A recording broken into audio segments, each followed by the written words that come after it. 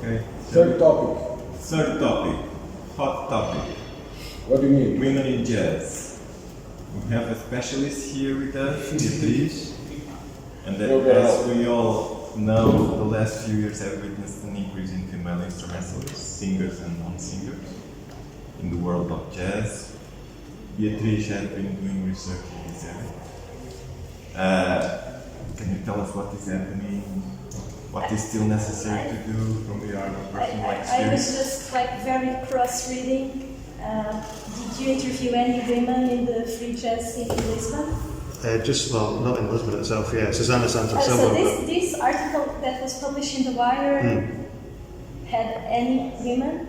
Susanna Santos Silva, but apart from her, yeah. No, I appreciate that. So a weakness in the article, for sure. I'm not individualizing personalizing the question on you. But there's not so many more. Now there is a few more, but in 6 years ago, there wasn't so many besides the singers and there's people like Sarah Sherpa and so on, but she's in New York now. Especially in this field, there's not so many, unfortunately, here. I would disagree. Actually, and I'm so sorry to put you under the bus. It was not my intention. It was just to give an example that. So what happens is we have a structural problem of women invisibility, and many times we have this argument that women don't exist. We have that statement for looking for historical narratives. We say, we don't see women in historical narratives because they didn't exist. We say... But you're talking about Portugal or... Now I'm giving a broader picture. Because it's a transcultural Well, I live for this music, and if I'm wrong, it's really surprising, because I don't know many improvisers, women. I look like 4 or 5 all over the country. Some are not born here. Yeah, and you're right that they are not a majority, and they are not even in the same number. That's right. But it's not correct. But it's not good. We want more. And it's not correct to affirm when we are in the place that we don't know, we affirm they don't exist. So I do that for myself. I learned that from myself, because I used to say, women didn't exist or women don't exist, and now I rather say I don't know. I'm not aware. Because when I put myself in that perspective of not knowing, it gives me the input to research, to look for, to question why is not there any women. So don't take that for granted as a natural or normal context. As I was saying, it's an historical legacy, cultural, historical. Of course, we didn't have as much women in jazz as we did have men, but in the 40s, in New York City, there were 800 women instrumentalists in the Union. That's a lot of women that were not looked in historical narratives. And we as curators, as journalists, we have an immense power because we are constructing narratives. We are selecting the projects that we consider to be the more valid to have visibility. So we do have this enormous responsibility and power. So what we should question for ourselves is how can I use my context of power? Because of course, as individuals, we can't change a structural problem because we are only individuals. But we can question how can I, myself, in my own context of power, have some impact. We still have a major imbalance, gender imbalance in jazz. I have some data because I know that we all love data. When we started to discuss this issue in Portugal, probably in 2018, but after the Me Too movement, okay? Because with the Me Too movement, we began to be more aware of this issue in jazz, even though there were movements from the 70s in the US from women in jazz. making jazz festivals, women jazz festivals, which I consider it's problematic. We can discuss that later. But after the Me Too movement, when we started to discuss the problem here in Portugal, many voices raised to say, oh, but it's what is called the narrative of emergence, what Pedro was doing more or less. Like, oh, but now things are so probably much better because in the last years there are more women playing. So this is what Sherry Tucker, an author, feminist author in jazz, calls the narrative of emergence. The idea that naturally more women will appear playing jazz. Actually, that's not true. So that's not true that there is more women, much more women now, but it's still not true that women didn't exist. So we have to find something in the middle. So some data. Because in 2018, when the debate started in Portugal, everyone said, oh, that's your perception, that's very subjective, we need data. And of course, to said that? Oh, a lot of voices. I can name a few, but that's not the issue. Mostly on social media, because there was some debate on social media about this issue. And of course, to have a rigorous work, that actually was my main input to be in the PhD. But after my PhD is about something a little different, but well, some data. So I bring here Marie Buscato. She's a French author. She did a major study in France between 1998 and 2010. And from her scope, only 8% were women, and 65% of people involved in jazz, women involved in jazz, were vocalists. So it's not only a problem of numeric misrepresentation, it's also a symbolic problem and a gendered problem regarding instrument choice. Also in Japan, the work from the same author, Marie Buscato. This one is from 2017, and she worked with 654 musicians. 30% were women, and these women, 85% were vocalists.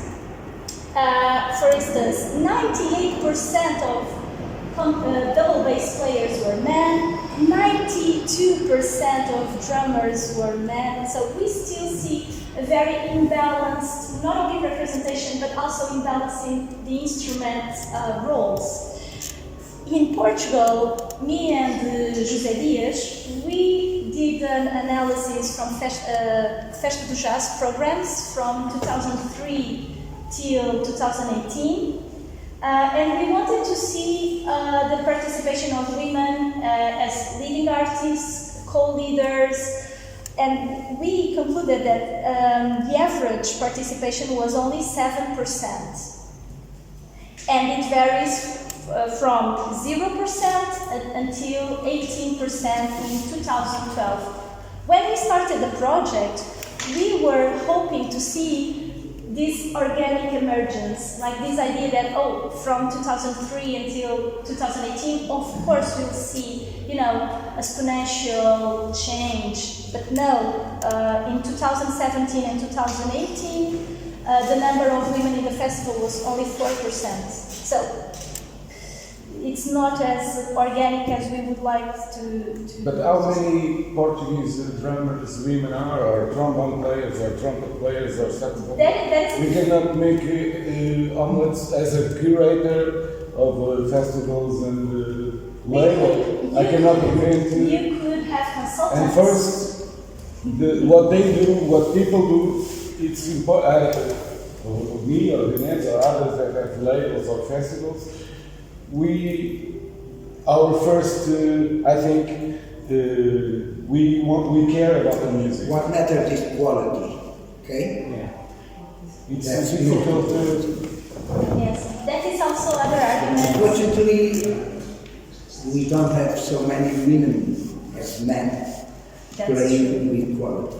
Do you think, okay, I'm sure. that's a subjective I'm sure. That's a subjective perspective. I'm totally sure. that we can open after. You can get your data from now on to check that, please. Yes, I want to answer first, Pedro. It's very hard to have that portrait of musicians because we musicians, we don't even have a union. You know, it's a very precarious work, and it's very hard to define what is a jazz musician. We start with this problem. So we would, in order to do that, to understand how many women in Portugal are playing drums or double bass, you know, to have that data, we first have to define what is a jazz musician, collect every jazz musician. But how So do you define that? of course, it's very difficult. What we do have is in ISCTE, they do have Observatório de Práticas Culturais, and I know they are starting to do some work on that field, and they are also aware of gender imbalance. I understand. Sorry, just to ask, do you have any numbers about women in music schools? Yes, Where? I do. Okay. I I believe there's more. I can see there's students in combos, women playing, which yeah. But we can also see all the numbers in all schools and universities. For instance, I'm a psychologist, and we have lots of women as students, and then we go to the professors, and they're mostly men. Yeah. So as Beatriz started to state, we can discuss women in jazz or in music or in any art without discussing the structure that makes that they don't want the choice to go.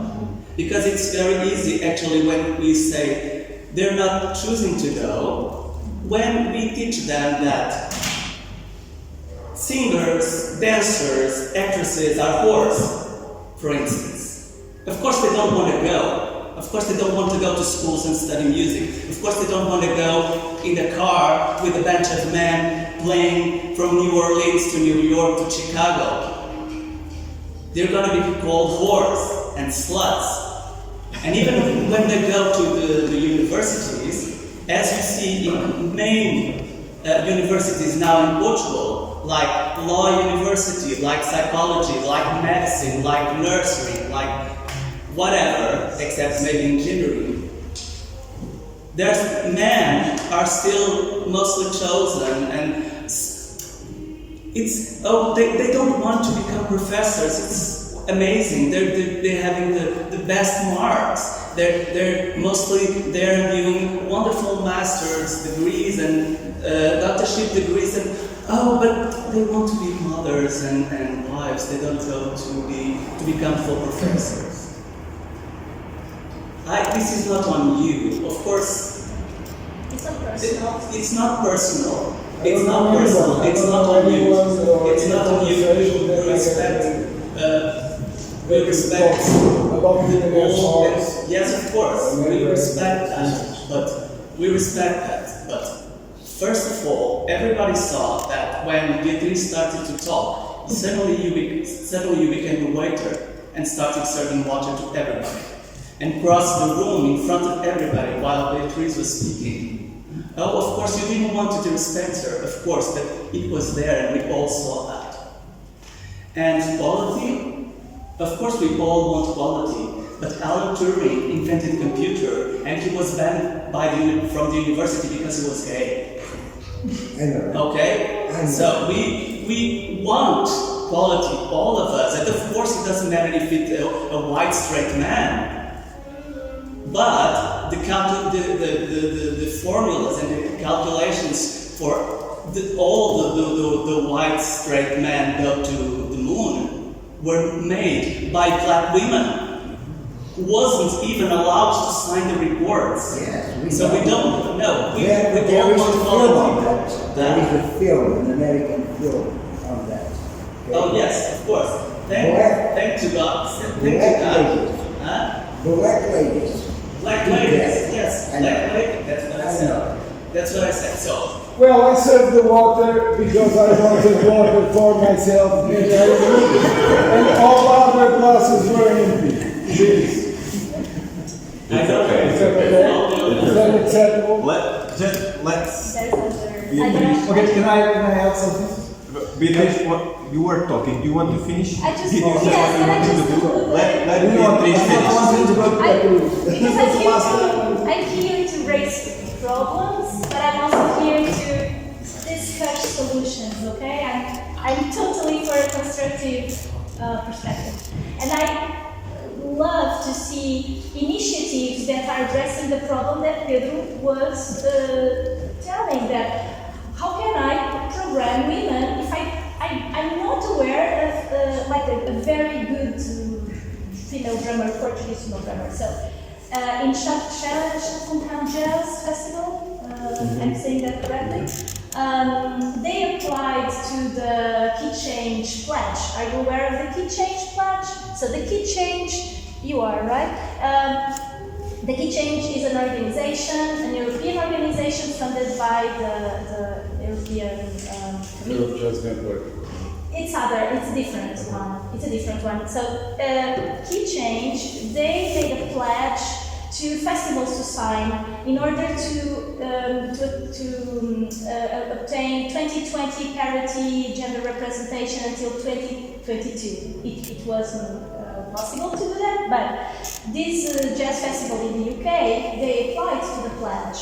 And one strategy they implemented in order to, be more diverse, and not only in gender, but racial. We are not talking about racial, ethnic diversity, and we as a Portuguese, a country with a colonial past, we should also discuss that issue.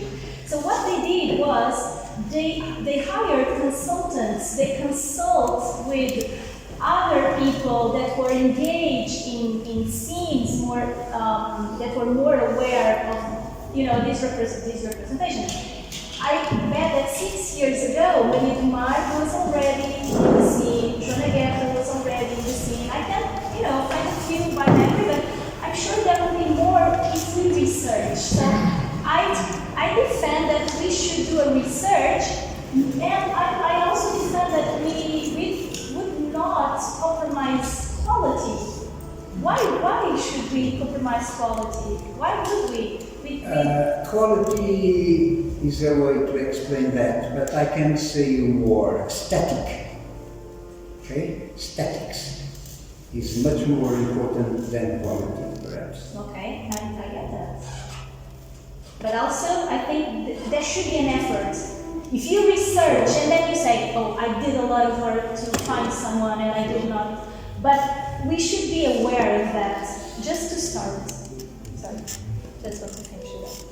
One question there? No, I think as far as cliches and prejudice are concerned, and related to surveys, it might be interesting to find out how many female singers would have liked to have played an instrument and not be a singer, and how many of them were conditioned to be singers because of stereotype.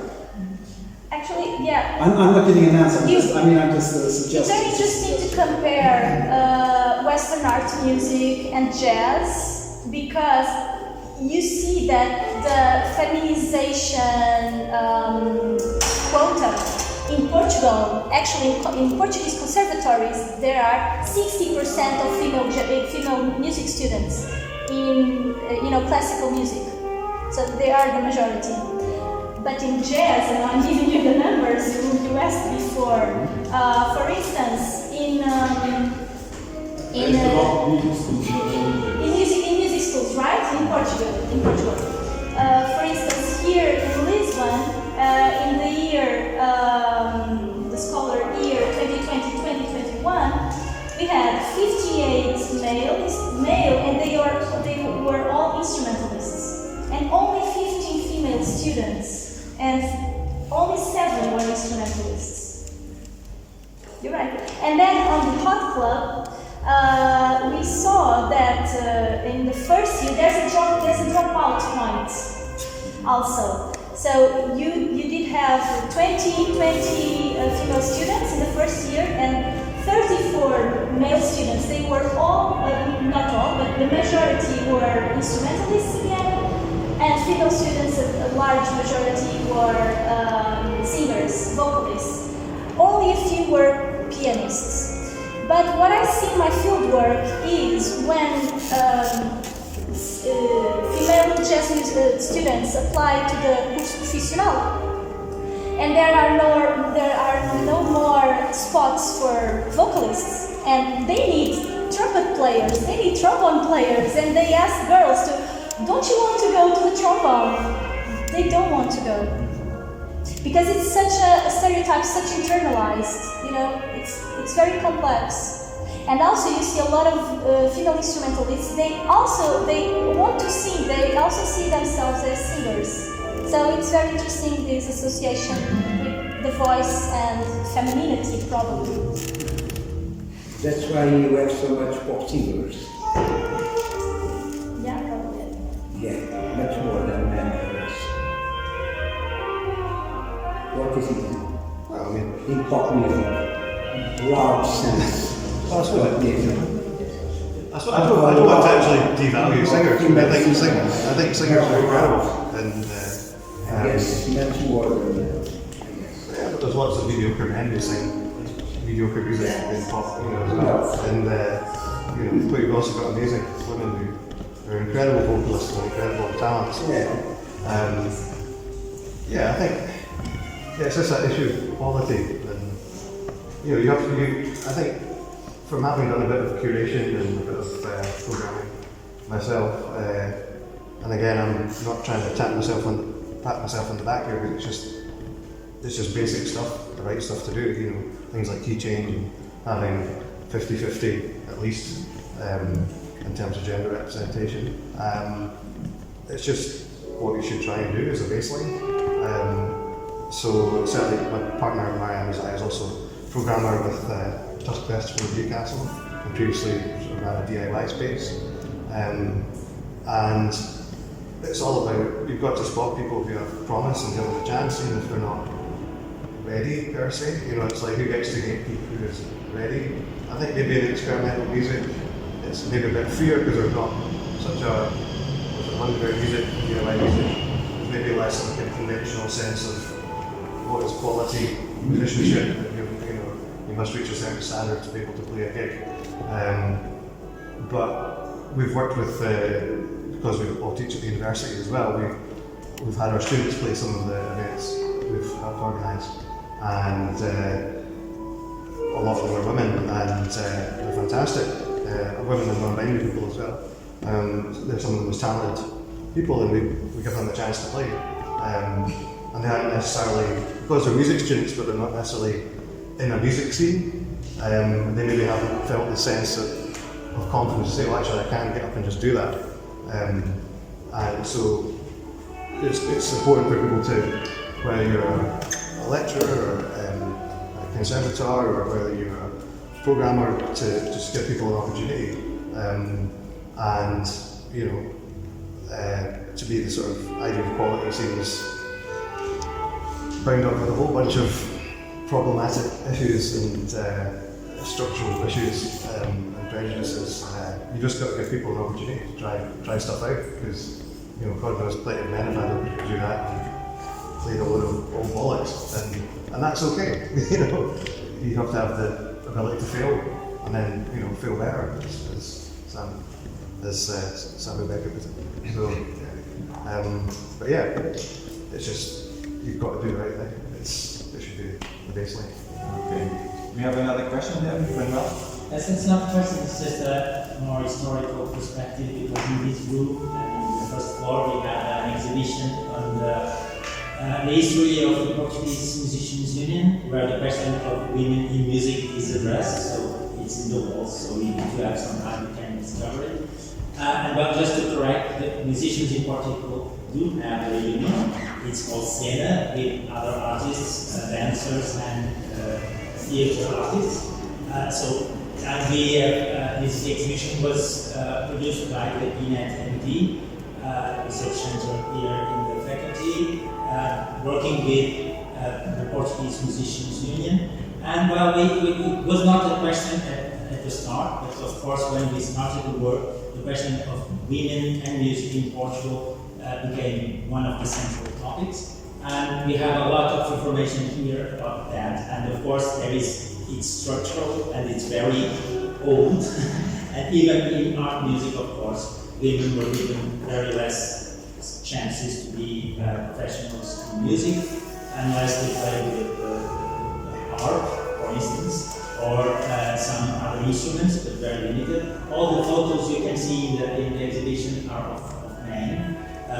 So it's very significant, and I think there is, and that's not because women did not exist, and I wanted to reinforce that idea. We have a picture of Luísa Todi, one of the most important Portuguese singers upstairs, and she entered the Musicians' Union because she was the widow of a musician, not by herself, because she was not recognized as a professional musician, but as a widow of a musician. So it's a very long story, and of course, I think in classical music things changed a lot recently, and now we have a lot of learning and playing, and I think that's different maybe in jazz, but I think we have to look at that. I think what you said at the beginning is very important. It's not that women did not exist. There were women composing, there were women performing, and very active in a lot of aspects of musical life. It's just, yes, there was a very clear way of thinking music in the gender perspective, and it was a profession for men. And even when, and we can see that often women join the union and then left the union when they married, for instance. So we have a lot of young women in the union, and they married and they were no longer professional. So we have a lot of things like that, and we can study that, and we can see that there were a lot of women playing music, composing music, just they are not known, and we have to really discover that. So it was just to give a more historical perspective, to understand also why we must discuss that in jazz. I think that it's very interesting what you said, because I think jazz must maybe there is still this ideology of being a man's world and a man's profession. So I think that we can do something with that. Like we have done in classical music, where things evolve in that sense. Just a small. Thank you very much. Very interesting. Beatriz. Yeah, actually, one thing that changed a lot for classical music was implementation of blind auditions. That changed a lot of things. And in jazz, there was this attempt, thank you, to implement blind auditions in the Jazz Appraisal Center. It was a battle from feminist movements until it finally was implemented in 2015, but it was highly performative. So the final decision, it would be Wynton Marsalis in the end, and of course the orchestra is still all male. So I think there's a lot we could learn from classical music, actually, in jazz, because not the perception, but data confirms it, is still a very homosocial environment. And this homosocial environment creates these male relationships that creates this sense that also women don't exist. What worries me in the contemporary context as are we probably reproducing these historical gestures? Are we not making visible contemporary women, that 100 years from now someone will be discovering in an archive, in a lost archive. So probably we could do much more in the present. That's what I think. Thank you very much. Any more questions? I think we have to finish. Yeah, we have to finish because you need Yes, to that's do the some concept. check before. Yeah. So it was a very interesting and informative roundtable. Thank you very much, all the guests and the audience. Fantastic audience. And please stay for the Sergio Carolina concert. It's free. He plays. Definitely. Most important is to listen to the music, right? So thank you, everyone.